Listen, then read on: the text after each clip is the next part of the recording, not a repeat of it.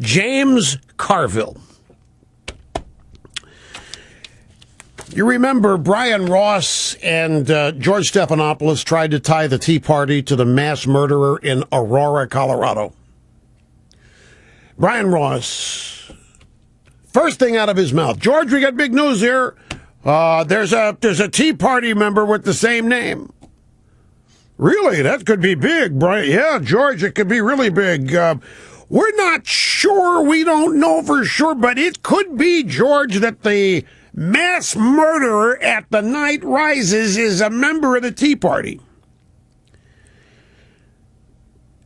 The Daily Beast had a headline back in February, Tea Party is dead. How the movement fizzled in the 2012 Republican primaries. And then there was James Carville. The Tea Party is over.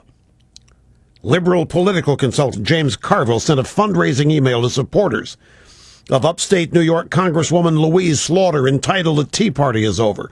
These Tea Party Republicans, they've worn out their welcome, and I'm telling you, getting rid of them won't be easy. They're not leaving on their own. We're going to have to boot them out the door like unwanted house guests, Carville said. They have wanted you to believe the Tea Party is finished ever since the 2010 midterms. And the reason that they thought they could get away with it was the Tea Party started as a protest movement, and then it matured and grew, and the Tea Party has become one of the largest grassroots political organizations, and it is an organization that this country has seen in a long time. And candidate after candidate after candidate are winning nomination races and then winning elections.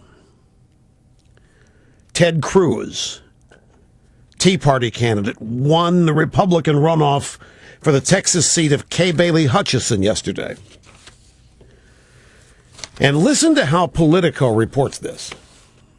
This is the Politico reporting on Ted Cruz's stunning victory over David Dewhurst.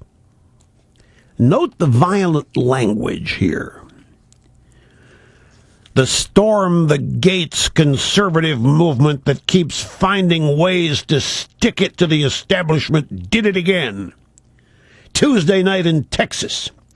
This time, propelling the insurgent campaign of an Ivy League-educated son of a Cuban immigrant, Ted Cruz, to perhaps its most impressive victory yet. Throughout this story, the language is violent. The Tea Party bash rages on. The storm the gates movement that keeps finding ways to stick it to the establishment. You'll note the media never talks that way about the violent Occupy Wall Street crowd. The Politico also never manages to mention that Ted Cruz won by more than 13 points despite being outspent by nearly 3-1 by Dewhurst. Instead, the Politico notes that Dewhurst finished 11 points ahead of Cruz in the primary and was seen as the prohibitive favorite. What does that matter now?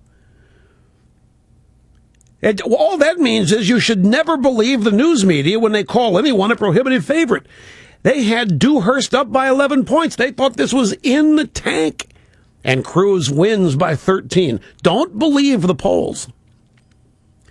Their media, political, whoever, had no desire for Ted Cruz to win this. It's never, ever good news for the news media when the Tea Party wins elections. Got to take a brief time out, my friends, but we march on right afterwards. Don't go away.